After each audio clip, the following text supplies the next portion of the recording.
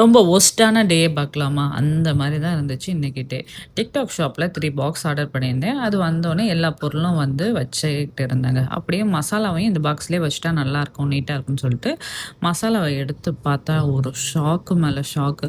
ஒருத்தவங்கள நம்பக்கூடாதுன்னு அர்த்தமே இதுதாங்க. கோயம்புத்தூர்ல ஒரு பாட்டி மாட்ட அரைக்க குடுத்துருந்தோம். அவங்க என்ன சொன்னாங்கன்னா, "நாங்க அரைச்சு நல்லா காய வச்சுட்டோம்மா, நீ எதுவுமே பண்ண வேணாம். அப்படியே பேக் பண்ணி கொண்டு போன்னு" சொல்ட்டாங்க.